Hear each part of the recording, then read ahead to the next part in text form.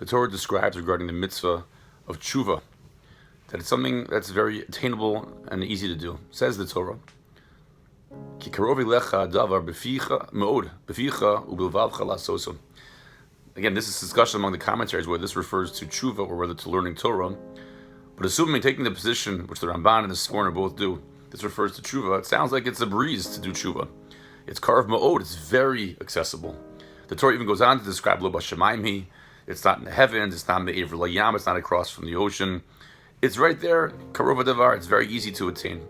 And yet, if you look around the world, people who are, we certainly have people in their gap year, the yeshiva seminary year, who certainly, change a lot and work on things. But if you think about people towards the, they're not later stage of life, but later than that stage, mid-20s, 30, 40, 50, having families, and they're stuck in a little bit of a rut. How often do we find people so jumping at opportunity to do tshuva? Rav Chaim Shmulevitz asked this question, and he brings down the following idea. This idea has attached to it both positives as well as negatives. He quotes from the story of Chushim ben Dan. Chushim ben Dan was the grandson of Yaakov Avinu, the son of Dan. And the story goes that when Chushim was, when they were burying Yaakov Avinu, they went to Mitzrayim to bring him all the way back to Maras Machpelah to bury him. There was a huge procession of Jewish people, of the Mitzrim, and many kings joined the way as well. And they were met at the gates to the Maras Machpelah by Esav, the brother of Yaakov, who questioned and challenged whether or not Yaakov actually had a spot to bury in the Marah. After all, Esav accused Yaakov of taking his birthright. And therefore, and he only sold, he says, one portion, and they already buried Leah there. This last portion left is my portion, says Esav. To which the brothers responded, Esav's nephews, what do you mean? We have the deed of sale, the proof that you actually sold the entire thing to Yaakov. So Esav says, go get it. Go fetch the deed and tell me, show it to me.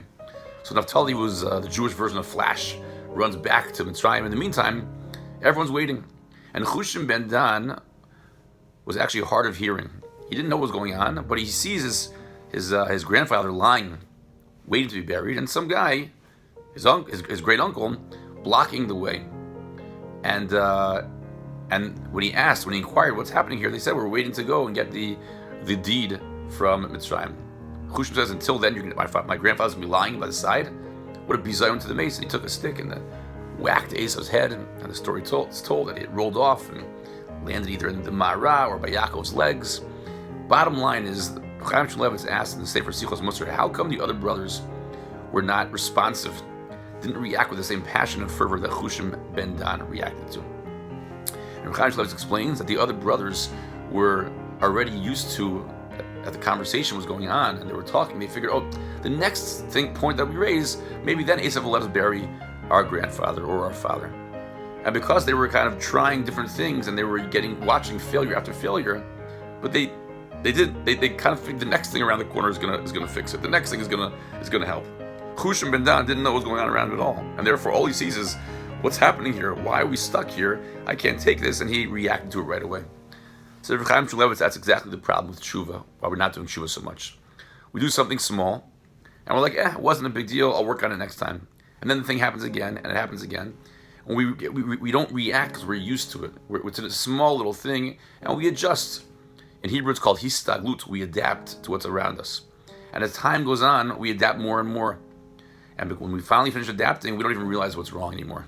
Just as an example, let's say in yeshiva, imagine you have a situation when your air conditioning doesn't go below 20, and you want it at 18. You're very frustrated by that. You complain all the time.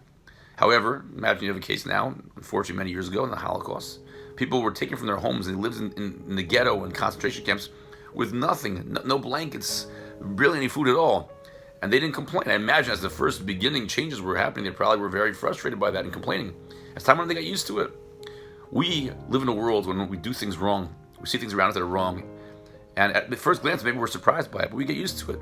If you would take a snapshot of our lives, 10 years from now, we might be shocked and horrified at what we see. But if we start looking at each event and say, that's not okay with me anymore, I have to work on that. I'm not comfortable with that failure. If we have that attitude, that perspective, Mitzvah Shem, we shouldn't allow the adaptations of life to bring us down, but rather only to give us more stamina, more excitement as we get closer to HaKadosh Baruch Hu from this Yom HaDin and onwards.